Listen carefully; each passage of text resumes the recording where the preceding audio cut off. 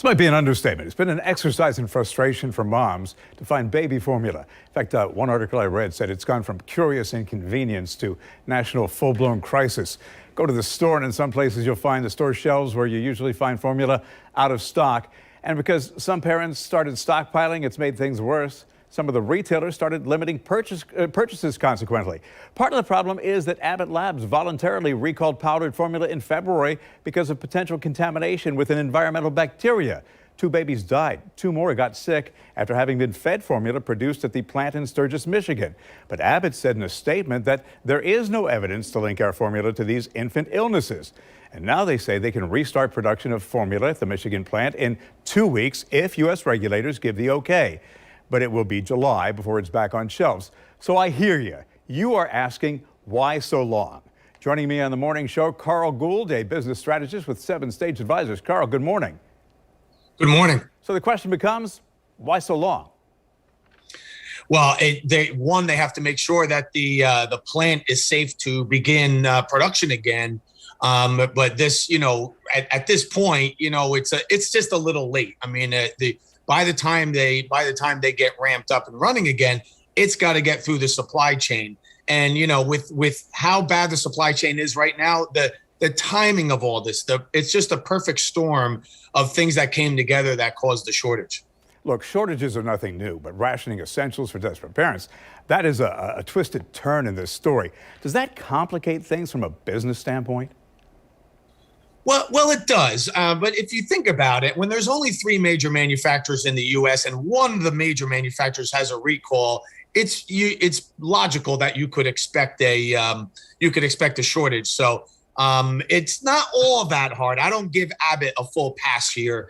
If you have to stop production and that's 1/3 of the country's production, you have to know that you need a plan B, which could be purchasing from Europe, which could be beginning the rations earlier, and judging demand from that standpoint. Yeah, and that said, the Abbott bacteria isn't the only fly in this baby formula shortage ointment. You also have a virus, and you have a trade policy that's getting in the way. Yeah, the trade policy, that was the real sticking point. When we needed vaccines, the government went to the manufacturers and said, we're going to buy a whole bunch of vaccines, right? And they bought hundreds of millions of vaccines. The EU, the European Union, has similar standards for their formula. As soon as this happened, the first call I would have made was to our partners in the European Union to see how much formula could we buy in the short term to at least soften some of the shortages. We talked about stockpiling of formula. Look at the stockpiling of toilet paper during the pandemic, and it provided some important lessons. People stockpiled other things, including formula, so production declined. And this year, there was also a quick uptick in births in 2022. And studies showed a dramatic decrease as well in breastfeeding among new mothers. So that pushed up demand for formula again. So with all of that, it created just a big old problem. It does, and like I said, while a lot of the problem is in the past, and we have to move on from here.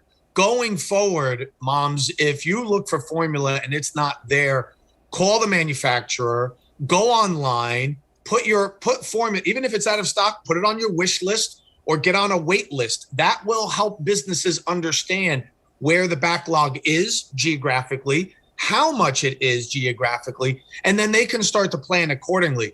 When people were stockpiling, the problem was that the businesses lost sight for just what is the true demand out there, and so it was a hard time for them to predict their production when they were unsure about inventory. And we as consumers really have to understand what it takes to get product on the shelf. Yeah, it's very complex. I mean, the supply chain works on a 90-day cycle globally, just about all products. And right now, that supply chain is closer to 180 days. That's the bigger issue, is that even when they make this formula, it touches a truck, which means a trucker, a forklift driver has to load and deliver this. And that's as big an issue as the production. So there's no way around it. It's going to take time for this to fix. And so we have to get creative in how we purchase. As much as we may not like it, that's our reality. Carl, thanks for shedding some light. Appreciate your time.